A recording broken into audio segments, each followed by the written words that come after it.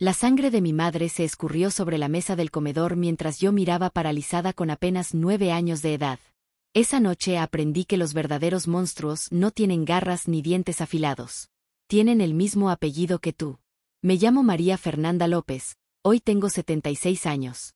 Mi cabello blanco y mis manos arrugadas esconden una historia que pocos conocen en esta pequeña ciudad de San Cristóbal de las Casas, en el interior de Chiapas, México. Los más jóvenes me ven solamente como la señora de los dulces en la plaza, esa anciana simpática que vende palanquetas y dulce de leche los domingos por la mañana, siempre con una sonrisa en el rostro y una palabra amable. Si me miran bien, notarán que sonrío con los labios, pero mis ojos guardan una tristeza antigua. Son marcas de una vida que empezó siendo destruida, pero que poco a poco, con mucho sufrimiento, logré reconstruir. Contar esta historia remueve todo dentro de mí. Por eso, quiero pedirles que dejen su apoyo en los comentarios. Cuéntenme desde dónde están viendo este video. Denle un me gusta para que sienta que no estoy sola compartiendo esta carga. Es importante para mí saber que alguien me escucha después de tanto silencio. Nuestra casa quedaba alejada de la ciudad, unos 3 kilómetros por un camino de tierra que se volvía barro en tiempos de lluvia. Era una casa sencilla, de ladrillo a la vista, con un techo que goteaba en las esquinas durante las tormentas fuertes. Teníamos un patio grande con árboles de guayaba y mango, gallinas escarbando por el corral, y un perro mestizo llamado Toby, que ladraba a todo lo que se movía. Éramos una familia como tantas otras por allí. Mi padre, don Ernesto, mi madre, Ana Paula, yo, y mi hermano Luisito, 2 años menor que yo. Papá trabajaba en una maderería, y regresaba a casa oliendo a madera y sudor. Mamá cuidaba de todo, de la casa, de los niños, de la huerta en el patio trasero, y lavaba ropa para otras familias para aumentar el ingreso. Sus manos nunca paraban, siempre ásperas del trabajo duro, pero por la noche aún tenían la delicadeza de hacerme caricias en el cabello hasta quedarme dormida. Las cosas empezaron a cambiar cuando yo tenía unos 7 años. Papá empezó a quejarse de dolores de cabeza que no se le quitaban con nada. Decía que era como si tuviera un martillo golpeándole dentro de la cabeza, día y noche sin parar. Se volvió irritable. Cualquier ruido era motivo para gritar a todos en la casa. Mamá intentaba calmarlo, decía que debía ir al médico en la ciudad, pero él insistía que no, que era solo cansancio, que pronto pasaría. No pasó. Los dolores empeoraron y con ellos vino algo que aún hoy me da escalofríos recordar. Papá empezó a tener lo que mamá llamaba crisis. De repente, sin aviso, empezaba a temblar todo, los ojos se le volteaban y decía cosas sin sentido. A veces se ponía violento, rompía platos, sillas, golpeaba las paredes hasta sangrarse los nudillos. Es epilepsia, dijo una vez doña Rosalía, nuestra vecina más cercana, que vivía a unos 500 metros. Mi primo tenía eso. Necesita medicación controlada. Mamá convenció a papá de ir al centro de salud después de una crisis particularmente fea, cuando casi incendia la casa porque decía que veía bichos caminando por las paredes. El médico le recetó unos medicamentos, pero eran caros y difíciles de conseguir. Y papá casi nunca los tomaba como debía. Decía que lo dejaban lento, que no podía trabajar así. Recuerdo a mamá escondiendo las pastillas en el café para engañarlo, pero papá se daba cuenta y se enfurecía. «¿Me quieres envenenar, mujer?», gritaba, volcando la mesa y tirándolo todo al suelo. Luisito y yo corríamos a escondernos debajo de la cama, abrazados, temblando de miedo. Las crisis fueron empeorando. Papá empezó a ver y escuchar cosas que no existían, hablaba con personas que no estaban ahí, discutía con voces dentro de su cabeza. Había días en que no nos reconocía. Llamaba a mamá con otros nombres. Decía que Luisito y yo éramos hijos del diablo enviados a destruirlo. Mamá hacía lo que podía para protegernos. Cuando sentía que una crisis venía, nos mandaba a casa de doña Rosalía o nos escondía en el cuarto de herramientas y provisiones. «Quédense calladitos aquí con su hermano», susurraba. «No hagan ruido, no importa lo que escuchen». Y nosotros escuchábamos cosas horribles, gritos, objetos rompiéndose, el llanto ahogado de mamá, las acusaciones delirantes de papá. A veces la acusaba de tener otros hombres, de querer robarle su dinero, de planear matarlo mientras dormía. Una vez, cuando volvimos a casa después de una crisis, encontramos a mamá sentada en el umbral de la puerta trasera, con el ojo morado y el labio partido. Intentó ocultarlo con la mano, sonriendo débilmente al verme. «No fue nada, María». Tropecé y me pegué con la mesa. Yo sabía que era mentira, pero fingí creerle porque era más fácil así. La situación empeoraba cada mes. Papá perdió el trabajo en la maderería después de tener una crisis violenta allí y amenazar a un compañero con un formón. Empezó a beber más, mezclando aguardiente con las medicinas cuando las tomaba, lo cual solo agravaba todo. El dinero empezó a escasear. Dependíamos cada vez más de lo que mamá ganaba lavando ropa y de lo que sacábamos de nuestra huerta. ¿Por qué no nos vamos, mamá?, pregunté una noche mientras limpiábamos la cocina después que papá, tras romper la vajilla, finalmente se había dormido. ¿A dónde, hija?, respondió ella, los ojos cansados, envejecidos más allá de sus 32 años. No tengo familia viva, ni dinero ahorrado. Y tu padre, no es malo, María, es la enfermedad. Dentro de esa cabeza confundida aún está el hombre que amé, el padre de ustedes. Yo quería creerle. A veces, en los días buenos, cuando las crisis le daban tregua y tomaba su medicina, veíamos al papá de antes. Se sentaba en el banco de madera del patio, nos llamaba para ver la puesta del sol, contaba historias de su infancia, silbaba canciones antiguas mientras reparaba cosas de la casa. Mamá lo miraba en esos momentos con un amor tan grande que dolía, como queriendo congelar ese instante para siempre. Pero esos días se hicieron cada vez más raros, hasta casi desaparecer. Las crisis eran casi diarias, y entre una y otra, papá se mantenía constantemente desconfiado, irritable, paranoico. Fue un miércoles por la noche. Nunca lo olvidaré. Llovía fuerte afuera, una de esas lluvias de verano que parecen querer arrancar el techo. El ruido de las gotas golpeando las láminas de zinc era ensordecedor. Luisito y yo ya estábamos acostados, fingiendo dormir, pero yo estaba alerta, como siempre en noches de tormenta, porque papá odiaba las lluvias fuertes. Decía que el ruido aumentaba las voces en su cabeza. Escuché un grito de mamá, luego el sonido de una silla cayendo. Nada fuera de lo normal, tristemente. Puse la manta sobre la cabeza de Luisito, que ya empezaba a llorar bajito. SHHH, va a pasar, mentí, como siempre hacía, pero esa noche sería diferente. Los gritos aumentaron. Escuché a mamá suplicando. Ernesto, por el amor de Dios, suelta eso. No sabes lo que estás haciendo. Después vino un ruido que nunca había oído antes, como el de una sandía cayendo al suelo y partiéndose.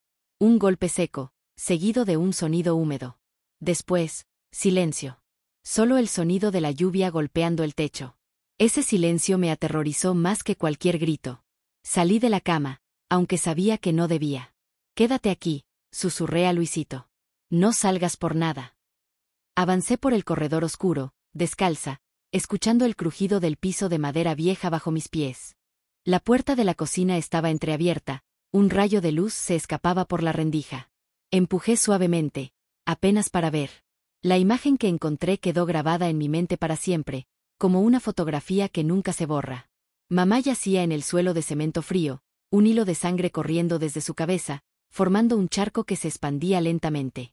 En la mano de papá, el mortero de madera que mamá usaba para machacar ajos y especias, ahora manchado de rojo. Sus ojos estaban vidriosos, como si estuviera en trance. Las voces se callaron, dijo, con una voz tranquila que no había escuchado en mucho tiempo. Por fin se callaron. No sé si me vio allí, paralizada de horror. Sé que corrí de vuelta al cuarto, tomé a Luisito de la mano y nos escondimos en el armario, donde permanecimos abrazados, temblando hasta el amanecer.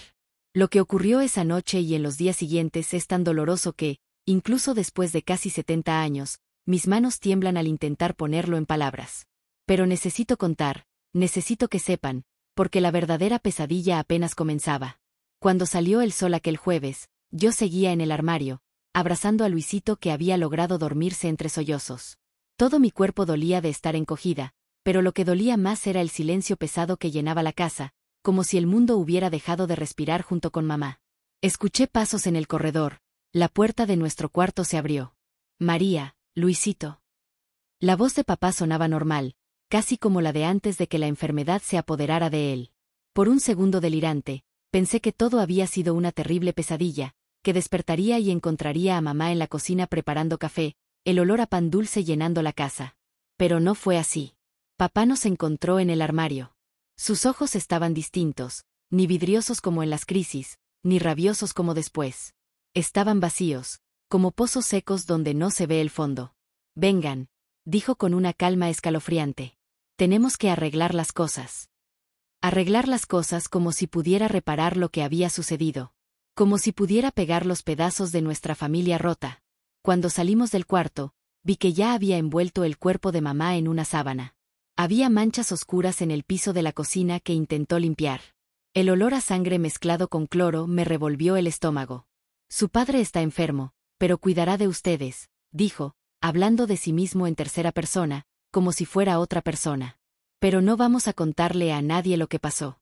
Fue un accidente. Ella resbaló. ¿Entendieron? Luisito empezó a llorar de nuevo, bajito. Papá le agarró los brazos con fuerza. ¿Entendiste, niño? Ella resbaló. Asentí rápido, jalando a Luisito cerca de mí. Sí, papá. Esa mañana, mientras aún llovía afuera, papá cavó un hoyo en el fondo del patio, detrás del gallinero. Enterró a mamá allí, sin ataúd, sin sacerdote, solo envuelta en la sábana manchada de sangre. Nosotros observábamos desde la ventana del cuarto, incapaces de llorar, como si nuestras lágrimas se hubieran secado de tanto miedo. En los días que siguieron, papá dijo a los vecinos que mamá había ido a visitar a una prima enferma en Tuxtla Gutiérrez. Nadie preguntó mucho. La gente evitaba nuestra casa por las rarezas de papá. Doña Rosalía incluso ofreció ayudar mientras mamá estaba fuera, pero papá rechazó diciendo que podía arreglárselas. La vida siguió en una extraña y aterradora normalidad. Papá nos enviaba a la escuela, cocinaba comida mala, nada como la de mamá, lavaba nuestras ropas de cualquier manera. A veces parecía casi normal, como si hubiera mejorado de su enfermedad. Hablaba poco, pero ya no tenía crisis violentas. Luego entendí que había dejado de tomar los medicamentos por completo, pero también había dejado de beber. Era como si viviera en otro mundo, uno donde nada de eso había pasado. Las noches eran lo peor. Me acostaba abrazada a Luisito en nuestra cama, pero ahora sin el consuelo de saber que mamá estaba en el cuarto de al lado. Sabíamos que estaba en el patio trasero, bajo la tierra húmeda, sola en la oscuridad. Fue en una de esas noches, tal vez 2 semanas después, que escuché la puerta de nuestro cuarto abrirse lentamente. No era raro que papá viniera a verificar si dormíamos, así que fingí estar dormida, como siempre hacía. Pero esta vez fue diferente. Sentí el colchón hundirse con su peso, sentándose en la orilla de la cama. «Tienes el mismo cabello que ella», susurró, pasando su mano por mi pelo. «Los mismos ojos». Mantuve los ojos cerrados, respirando despacio, rezando para que se fuera. Pero su mano siguió bajando por mi rostro, por mi cuello, hasta lugares donde ningún padre debería tocar a su hija. Aquella noche algo dentro de mí se rompió para siempre.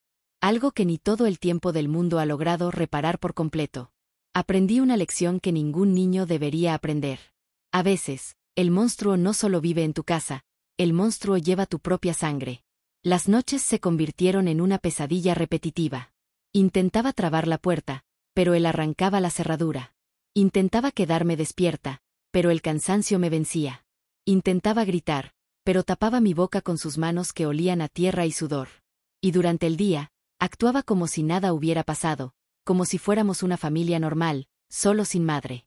Luisito se daba cuenta de que algo andaba mal, pero era demasiado pequeño para entender.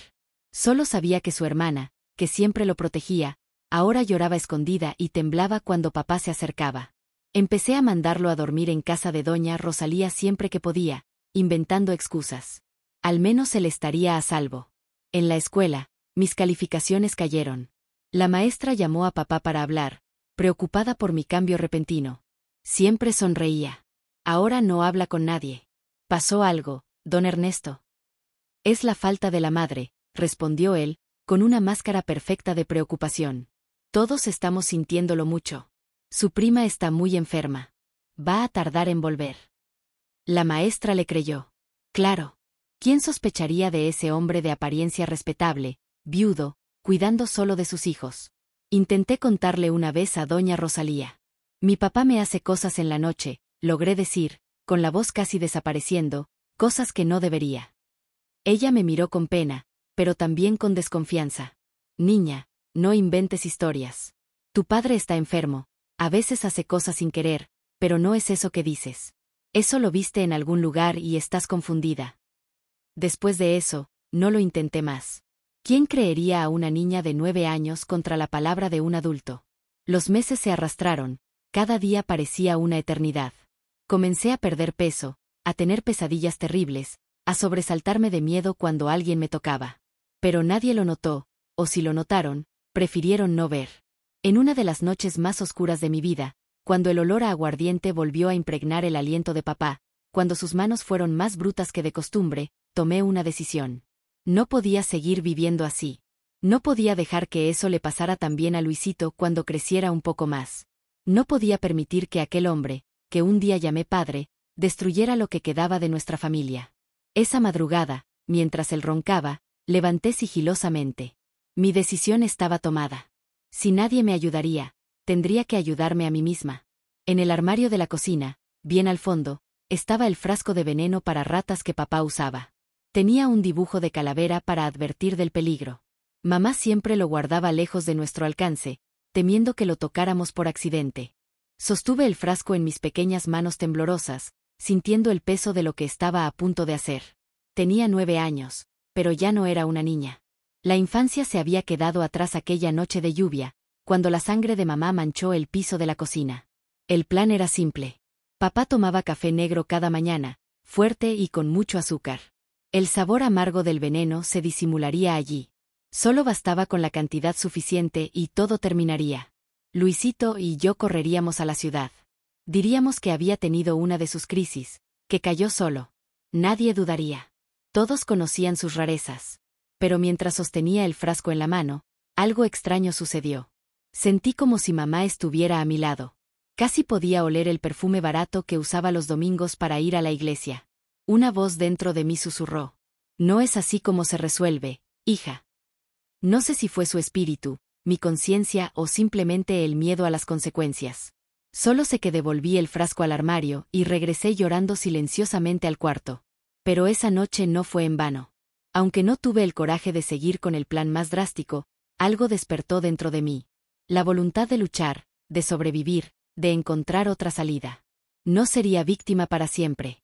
Necesitaba ser lista, paciente, y esperar el momento correcto. Y el momento llegó más rápido de lo que esperaba, de una forma que jamás hubiera imaginado. A la mañana siguiente desperté con una idea distinta. No necesitaba veneno. La verdad era mi arma. La verdad que estaba enterrada en nuestro patio. Esa mañana me levanté diferente. Había una claridad dentro de mí que no sentía desde hacía meses. Mientras preparaba el café, mirando por la ventana de la cocina hacia el lugar donde mamá estaba enterrada, decidí que usaría la verdad para liberarme. El sargento Hernández venía cada primer miércoles del mes a revisar a las familias más alejadas, asegurarse de que todo estuviera en orden, de que los niños asistieran a la escuela. Era parte de un programa nuevo del gobierno. Faltaban 2 días para su visita. Durante esos 2 días fingí mejor que nunca. Sonreí cuando papá me hablaba. No me encogí cuando se acercó. Preparé la comida como le gustaba. Él lo notó al principio, mirándome con sospecha, con esos ojos nublados como el cielo antes de una tormenta. «Estás diferente, niña. ¿Qué te pasa?» «Es que extraño a mamá, papá, y pensé que debía ayudar más en casa», respondí. Pareció creerme. O tal vez le convenía creer. Aquella noche, cuando entró en mi cuarto, no me resistí. Apreté los dientes, cerré los ojos y dejé que hiciera lo que quisiera. Solo pensaba en los 2 días que faltaban, en la liberación que vendría. Cuando el sargento Hernández llegó aquel miércoles, montado en su caballo castaño, yo ya estaba esperando en la entrada. Había mandado a Luisito a casa de doña Rosalía desde temprano, diciéndole que íbamos a limpiar el gallinero y que iba a oler feo. «Buenos días, sargento», saludé, intentando parecer lo más normal posible. «Buenos días, pequeña. ¿Tu padre está?» «Sí, pero aún duerme. Tuvo una crisis anoche. El medicamento lo deja muy adormecido». El sargento asintió comprensivo. Todos sabían de las crisis de mi padre. «¿Puedo mostrarle algo?», pregunté, con el corazón latiéndome tan fuerte que pensé que él podría oírlo. «Es un secreto, pero usted necesita verlo». «¿Qué tipo de secreto, niña?» «Es sobre mi mamá. Ella no fue a visitar a ninguna prima enferma». El rostro del sargento cambió de inmediato. Se puso serio. Bajó del caballo. «¿Qué quieres decirme?» «Sígame, por favor». Lo llevé hasta el fondo del patio, detrás del gallinero. El lugar donde mamá estaba enterrada aún mostraba un pequeño montículo de tierra, a pesar del tiempo pasado. Señalé en silencio. ¿Qué hay aquí, niña? Mi mamá. Mi voz salió firme, a pesar de las lágrimas que ya me escurrían por el rostro. Papá la mató una noche de lluvia. Le pegó en la cabeza con el mortero. Yo lo vi. El sargento se puso pálido, me miró, luego miró el montículo de tierra, y luego volvió a mirarme. ¿Estás segura de lo que dices? Es una acusación muy grave. Estoy segura. Él la enterró aquí, envuelta en una sábana floreada, la que más le gustaba. Si cava, verá que es verdad. No describiré en detalle lo que sucedió después. Cómo cavaron y encontraron el cuerpo de mamá en proceso de descomposición, pero aún reconocible por el collar de cuentas azules que siempre llevaba, regalo de su abuela. Como papá despertó con el ruido y salió corriendo de la casa, gritando que las voces le habían dicho que lo hiciera, que no era culpa suya. Como lo capturaron 3 días después, escondido en una gruta cerca del río, delirando y hablando solo. Como confesó todo, no solo la muerte de mamá, sino también lo que me hacía en las noches oscuras. Algunos hombres del pueblo querían lincharlo antes de que llegara la policía, pero al final fue arrestado. Supe años después que murió en la cárcel, en una pelea con otros presos que se enteraron de lo que había hecho con su propia hija. No sentí nada cuando recibí la noticia. Ni alegría ni tristeza. Solo vacío. Luisito y yo fuimos a vivir con la tía Magdalena, hermana de papá que ni siquiera sabíamos que existía. Ella vivía en Tuxtla Gutiérrez, era soltera y trabajaba como enfermera en un hospital grande. Nunca había querido hijos, pero nos recibió con los brazos abiertos, como si nos hubiera estado esperando toda su vida. La sangre es la sangre, dijo cuando llegamos. 2 niños asustados, tomados de la mano, cada uno con un pequeño bulto de ropa. Ustedes son familia. La tía Magdalena era diferente a cualquier persona que hubiéramos conocido. Usaba pantalones en lugar de vestidos, manejaba su propio coche, trabajaba fuera de casa y no tenía miedo de decir lo que pensaba. En el pueblo, las mujeres chismosas murmuraban que era demasiado moderna, que por eso nunca se había casado. Pero para mí, ella era exactamente lo que necesitábamos. En los primeros meses tuve pesadillas casi todas las noches. Despertaba gritando, empapada en sudor frío, viendo las imágenes de la sangre de mamá, sintiendo las manos de papá sobre mi cuerpo. Tía Magdalena nunca se impacientó. Venía a mi cuarto, encendía la luz, allí teníamos luz eléctrica, algo nuevo para mí, se sentaba al borde de la cama y se quedaba conmigo hasta que me calmaba. Lo que te pasó fue terrible, María, decía sin rodeos, pero no define quién eres. Tú vas más allá de eso.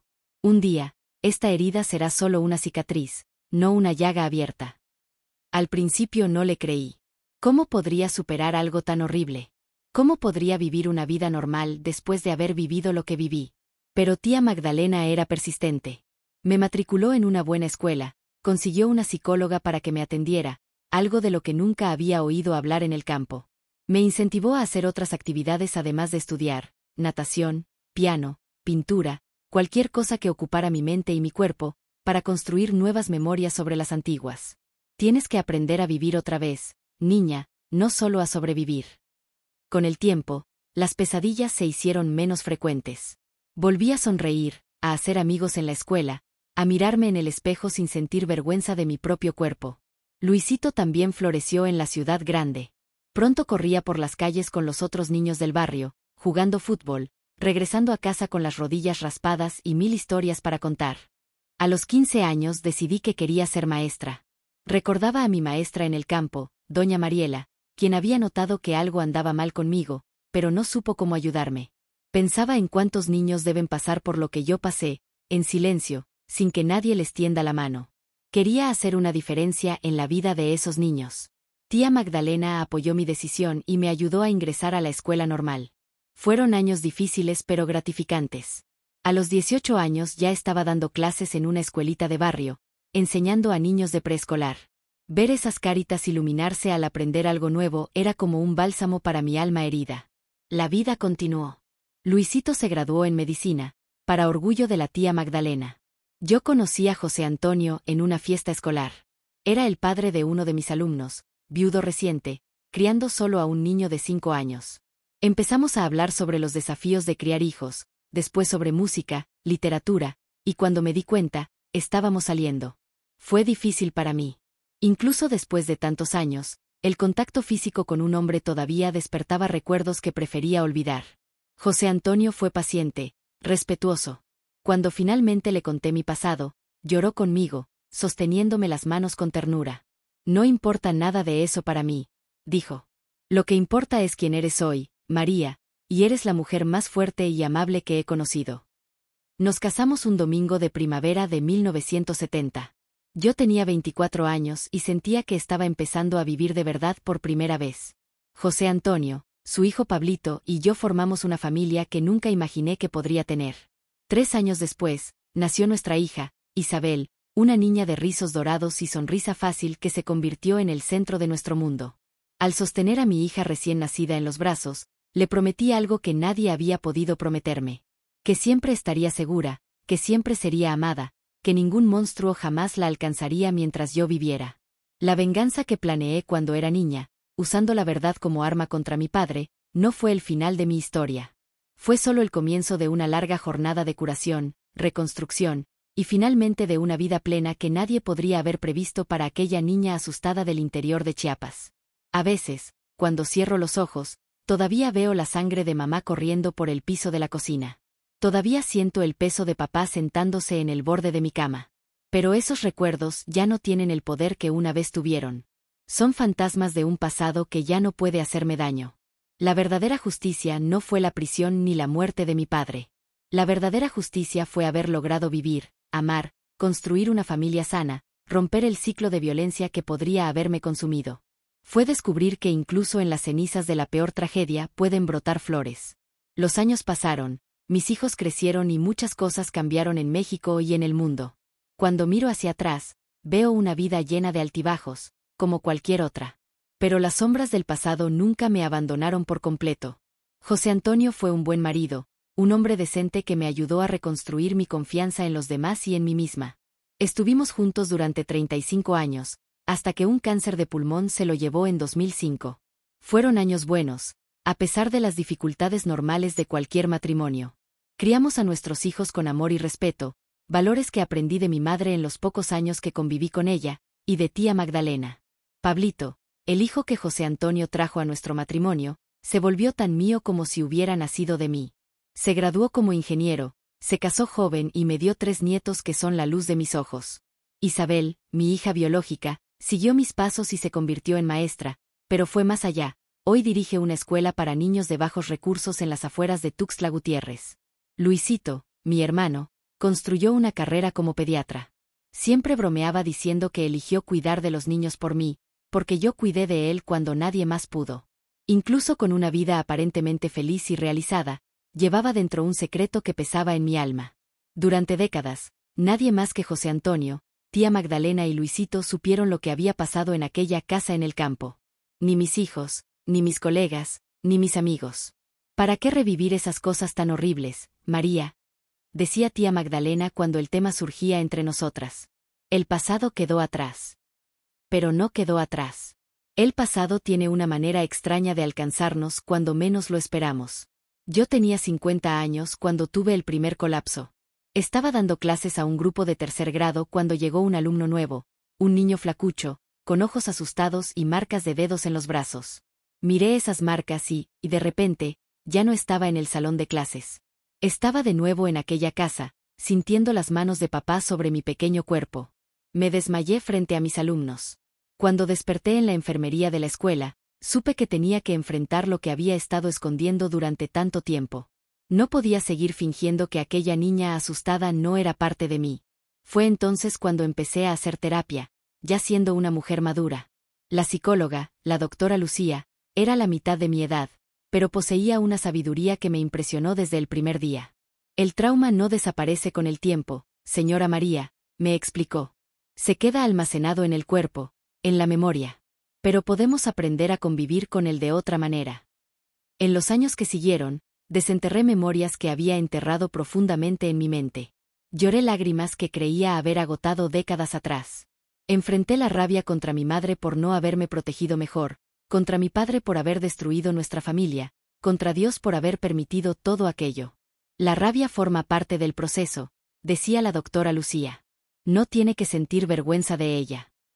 Poco a poco fui entendiendo que mi padre no era solo un hombre malo, era un hombre enfermo, que mi madre hizo lo mejor que pudo con las herramientas que tenía, que yo, una niña de 9 años, no podría haber hecho nada diferente. El perdón no vino fácil, ni todo de una vez. Llegó lentamente, como gotas de lluvia llenando un balde. Primero perdoné a mi madre. Luego me perdoné a mí misma. Perdonar a mi padre fue lo más difícil. Y a veces pienso que todavía estoy en ese proceso. A los 60 años tomé una decisión que cambiaría nuevamente el rumbo de mi vida. Decidí contar mi historia a mis hijos. Isabel lloró cuando la conté. Pablito permaneció en silencio, con la mirada fija en un punto distante, como tratando de procesar lo que estaba escuchando. Después me abrazaron de una forma en que nunca lo habían hecho antes, no como hijos abrazando a su madre, sino como adultos queriendo proteger a alguien que amaban. ¿Por qué nunca nos lo contó antes?, preguntó Isabel, secándose las lágrimas. Quería protegerlos, respondí sinceramente. Quería que crecieran sin el peso de esa historia, y quizá también tenía vergüenza, miedo al juicio. ¿Vergüenza de qué, mamá?, preguntó Pablito, genuinamente sorprendido. Usted fue una víctima, una sobreviviente. Esa palabra, sobreviviente, resonó en mí durante días. Nunca me había visto así. Siempre me vi como la víctima, la pobre niña rota, la que llevaba cicatrices invisibles. Pero sobreviviente, eso sonaba diferente. Eso sonaba fuerte. Después de esa conversación, algo dentro de mí cambió. Comencé a hablar más abiertamente de mi experiencia. No con cualquiera, claro, pero sí con personas que podrían beneficiarse al escuchar que es posible reconstruir una vida después del sufrimiento. Participé en grupos de apoyo para mujeres víctimas de violencia. Di charlas en escuelas sobre cómo identificar señales de abuso infantil. Me convertí en voluntaria en una casa de acogida para niños rescatados de hogares violentos. Con cada historia que contaba, con cada mano que apretaba, el peso que cargaba parecía disminuir un poco. No porque estuviera olvidando, sino porque estaba dando un nuevo significado a aquellas memorias dolorosas. Ya no eran solo la historia de la niña que sufrió. Eran la historia de la mujer que sobrevivió y decidió ayudar a otros a sobrevivir también. A los 70 años, ya retirada del aula pero aún activa en el voluntariado, recibí una invitación inusual. Una periodista quería entrevistar a sobrevivientes de abuso infantil para un documental. Mi nombre había sido sugerido por una de las coordinadoras de la casa de acogida. Mi primer impulso fue rechazar. Una cosa era compartir mi historia en pequeños grupos, otra muy distinta era hacerlo frente a una cámara para que desconocidos lo vieran. Pero entonces pensé en cuántas personas podrían beneficiarse, en cuántos niños podrían ser salvados si más gente prestara atención a las señales.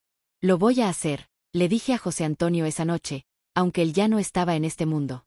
Aún así, le hablaba cada noche antes de dormir.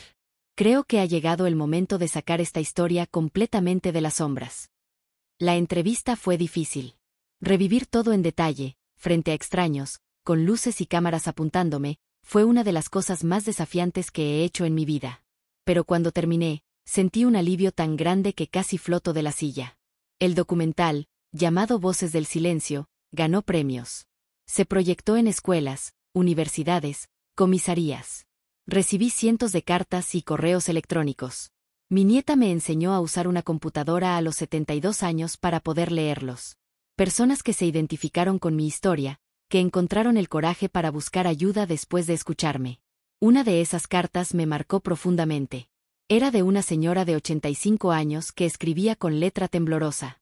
Querida María Fernanda. Nunca le conté a nadie lo que mi padrastro me hizo cuando tenía 12 años. Cargué este secreto durante 73 años, creyendo que moriría con él. Después de ver su testimonio, se lo conté a mi hija. Fue como quitarme un piano de encima. Gracias por darme valor. Lloré leyendo esas palabras. Pensé en cómo el silencio nos encierra, en cómo escondemos secretos creyendo que nos protegemos, cuando en realidad solo alimentamos la oscuridad. Ahora, a los 76 años, sentada en esta mecedora en la terraza de mi casa, mirando la calle bulliciosa de San Cristóbal de las Casas, tan diferente de aquel camino de tierra de mi infancia, comprendo que mi historia no es solo sobre dolor y superación. Es sobre la importancia de la verdad, incluso cuando duele. Es sobre romper el silencio que protege a los agresores y aprisiona a las víctimas. Lo que me ocurrió sigue ocurriendo hoy en día a miles de niños en México y en el mundo. Niños que, como yo, no tienen voz, no tienen a dónde correr, no tienen a quién recurrir. Niños que viven en casas que deberían ser refugios, pero que se han convertido en prisiones de miedo. Si me estás escuchando ahora y eres uno de esos niños, quiero que sepas. No es tu culpa. Nunca lo fue. Mereces ser protegido, amado, respetado. Tu voz importa, tu historia importa. No dejes de buscar ayuda hasta encontrar a alguien que te crea. Y si eres un adulto que sufrió abuso en la infancia y todavía llevas ese secreto, quiero que sepas. Nunca es tarde para empezar a sanar esas heridas. El silencio solo protege a quien te hizo daño. Tu historia, por más dolorosa que sea, puede ser la luz que guíe a otra persona fuera de su oscuridad. La vejez tiene una manera curiosa de traer a la superficie recuerdos que creíamos olvidados. Ahora, cerca de mis 80 años, siento el pasado tocando la puerta con fuerza renovada. Es como si el tiempo, en lugar de diluir los recuerdos, los destilara, dejando solo su esencia. A veces dulce, muchas veces amarga, pero siempre intensa. Mis nietos suelen preguntarme cómo logré superar todo lo que viví. La verdad es que nunca lo superé completamente. No se supera un trauma de ese tamaño, se aprende a convivir con él. Como un árbol que crece alrededor de un alambre que lo hirió, la cicatriz permanece, incorporándose al tronco, volviéndose parte de su estructura. Cuando cumplí 65 años, hice algo que nunca imaginé que haría, volví a San Cristóbal de las Casas. La ciudad había cambiado tanto que casi no la reconocí. Había calles asfaltadas, un supermercado grande, hasta una sucursal bancaria. El riachuelo donde jugábamos Luisito y yo había sido canalizado. La casa donde crecí ya no existía. En su lugar había una panadería con mesas en la acera. Caminé hasta el sitio exacto donde se encontraba nuestra propiedad, donde todo había ocurrido. Un joven atendiente me sirvió un café. Me senté allí, justo sobre el terreno donde una vez enterraron apresuradamente a mi madre, donde mi infancia fue destruida en una noche de lluvia. El café estaba caliente y dulce. Lo bebí lentamente, dejando que su calor disipara el frío que siempre me invade cuando visito ese pasado. ¿La señora es de aquí?, preguntó el muchacho, notando mi mirada perdida. Lo fui hace mucho tiempo, respondí, sin contarle más. ¿De qué habría servido? Ese joven no había nacido cuando todo pasó. Para él, aquel lugar era solo la panadería de su padre, un comercio cualquiera. Los fantasmas que yo veía allí me pertenecían solo a mí. En ese viaje también visité el cementerio local. Después de que mi caso se hiciera conocido gracias al documental, la municipalidad trasladó los restos de mi madre a una tumba adecuada. Llevé flores, geranios rojos, como los que ella cultivaba en el porche de nuestra casa. Me quedé allí un buen rato, conversando en silencio con ella, contándole sobre mis hijos, mis nietos, sobre la vida que había construido a pesar de todo. ¿Estarías orgullosa de mí, mamá?, susurré antes de marcharme. Fue una visita de cierre, de despedida. No he vuelto a San Cristóbal de las Casas desde entonces, ni pretendo hacerlo. Algunas puertas deben cerrarse para poder seguir adelante. A los 70 años perdí a Luisito. Mi hermano, mi cómplice, la única persona en el mundo que había vivido una parte del mismo infierno que yo, se fue después de una larga lucha contra el Alzheimer. Fue una enfermedad terrible que le fue robando trozos de memoria poco a poco. Al final, ya no me reconocía. Me confundía con nuestra madre. Mamá, tengo miedo. Papá está gritando otra vez, decía con los ojos perdidos en un pasado que yo desearía que pudiera olvidar. Su partida dejó un agujero en mí que nada logró llenar. Era como si la última testigo de mi historia desapareciera, dejándome sola con mis recuerdos, sin nadie que pudiera confirmar. Sí, todo eso realmente pasó. Tía Magdalena ya había partido años antes, llevándose consigo aquella fuerza que me sostuvo cuando más la necesité.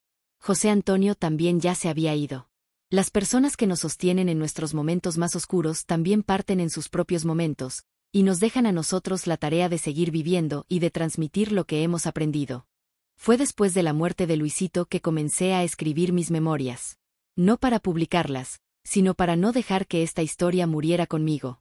Para que mis nietos y bisnietos, cuando ya no esté aquí, puedan entender mejor quién fue su abuela, de dónde viene la fuerza que dicen ver en mí. Escribir fue terapéutico. Cada palabra puesta en el papel era como colocar una losa sobre un viejo sepulcro, sellando finalmente un pasado que durante tanto tiempo permaneció abierto, expuesto, sangrante. Cuando terminé el manuscrito, entregué una copia a cada uno de mis hijos. Isabel lloró al recibir el suyo. Pablito sostuvo el sobre contra su pecho por un largo rato antes de poder hablar. Gracias por confiarnos esto, mamá, dijo. Lo guardaremos con todo el respeto. En 2020, cuando llegó la pandemia trayendo miedo e incertidumbre, descubrí que mis experiencias de vida me habían preparado, de alguna forma, para enfrentar el aislamiento. Mientras muchos entraban en pánico por el encierro, yo encontraba fuerza en la memoria de otros confinamientos, de otras prisiones que ya había superado. Apoyé a mis nietos a través de videollamadas, otra tecnología que tuve que aprender a usar. Conté historias a mis bisnietos pequeños. Organicé un grupo de oración online con amigas de la iglesia. De algún modo, mi edad, que muchos verían como un factor de vulnerabilidad, se convirtió en mi mayor fortaleza. Ya había visto tanto, sobrevivido a tanto, que una pandemia, aunque aterradora, no iba a derrotarme. Abuela es indestructible, bromeaba mi nieto Pedro en una de esas llamadas. No es exactamente así, pensaba yo. No soy indestructible. Me he roto muchas veces a lo largo de la vida. Pero aprendí a reconstruirme, pedazo a pedazo, más fuerte en cada grieta. Hace poco, Isabel me invitó a hablar con las profesoras de la escuela que dirige. Era una capacitación sobre identificación de señales de abuso infantil. Al principio dudé. Ya estoy muy vieja para esas cosas, pensé. Pero finalmente acepté. Sentada frente a esas mujeres jóvenes, llenas de energía y esperanza, conté una vez más mi historia. Hablé de la lluvia fuerte aquella noche, del sonido que hizo el mortero al golpear la cabeza de mi madre, de las manos de mi padre violando mi inocencia, de mi decisión de usar la verdad como arma contra él. Hablé también de la reconstrucción, de la terapia, del perdón, difícil e incompleto. Cuando terminé, una joven profesora levantó la mano, con lágrimas en los ojos. ¿Cómo hizo para no volverse una persona amarga después de todo eso?, preguntó. La pregunta me tomó por sorpresa. Nunca había pensado mucho en eso. Después de unos segundos de reflexión, respondí. Creo que fue una elección diaria. Cada mañana, al despertar, tenía que decidir. ¿Voy a dejar que lo que me pasó defina quién soy hoy, o voy a usarlo como fuerza para construir algo diferente? No siempre fue fácil elegir el camino más difícil. Hubo días en que la amargura parecía la única opción posible. Pero en algún momento entendí que, si elegía el odio y la amargura, mi padre seguiría destruyéndome, incluso después de muerto. Y yo no podía permitir eso. Envejecer es mirar la finitud con más claridad cada día.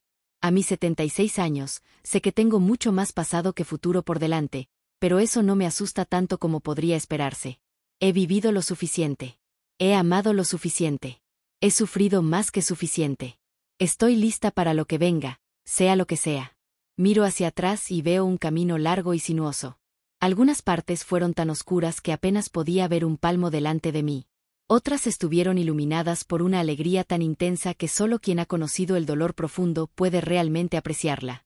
Fue una vida llena, completa, con sus dolores y sus bellezas.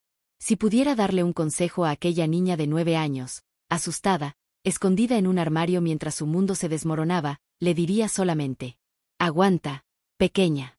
El camino será largo y difícil, pero vas a lograrlo.